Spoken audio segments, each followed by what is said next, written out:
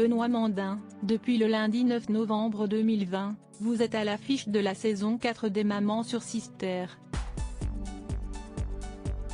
Pourquoi avoir accepté de poursuivre l'aventure? Pauline, avec mon mari, François Maxime, nous avons choisi de continuer les Mamans, car le public de Sister s'est attaché à notre famille. Pour nous, c'était impensable de ne pas aller au bout de cette histoire, commencée il y a 1 an et demi. Notre vie est assez atypique. À travers cette 4e saison des Mamans, quel message souhaitez-vous communiquer aux téléspectateurs de Sister? Rien n'est acquis dans la vie. Aujourd'hui, nous sommes à 2 doigts de perdre ou sauver notre ferme. Que ça soit positif ou négatif, il faut toujours savoir rebondir. Vu que je suis maman de 2 enfants, j'ai un rôle primordial. Qu'on perde la ferme ou non, je me dois de garder la tête haute. Victoire nous a donné la force d'avancer. Estimez-vous que la naissance de Victoire à l'été 2019 vous a offert un nouveau départ?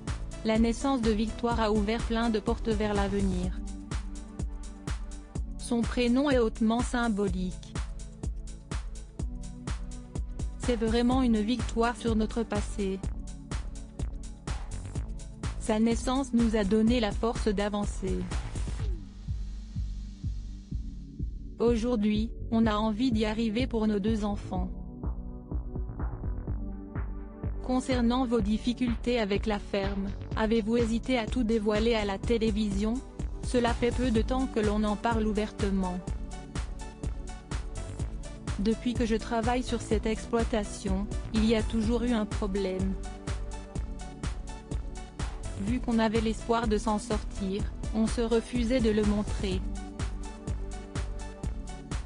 Lors de la saison 1 des Mamans, on voulait avant tout dévoiler le quotidien d'un couple d'agriculteurs.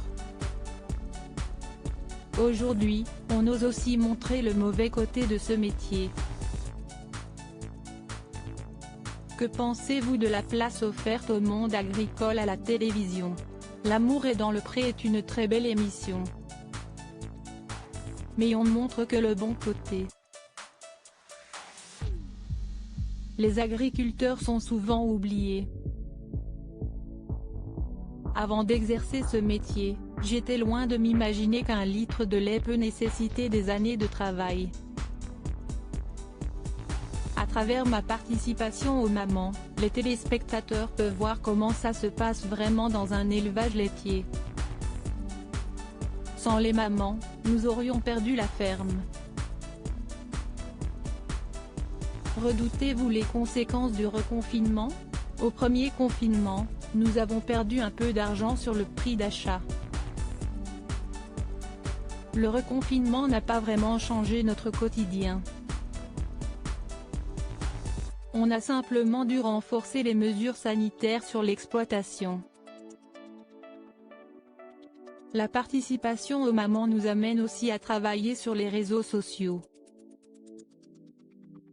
À travers ce biais, on fait tout pour sauver la ferme.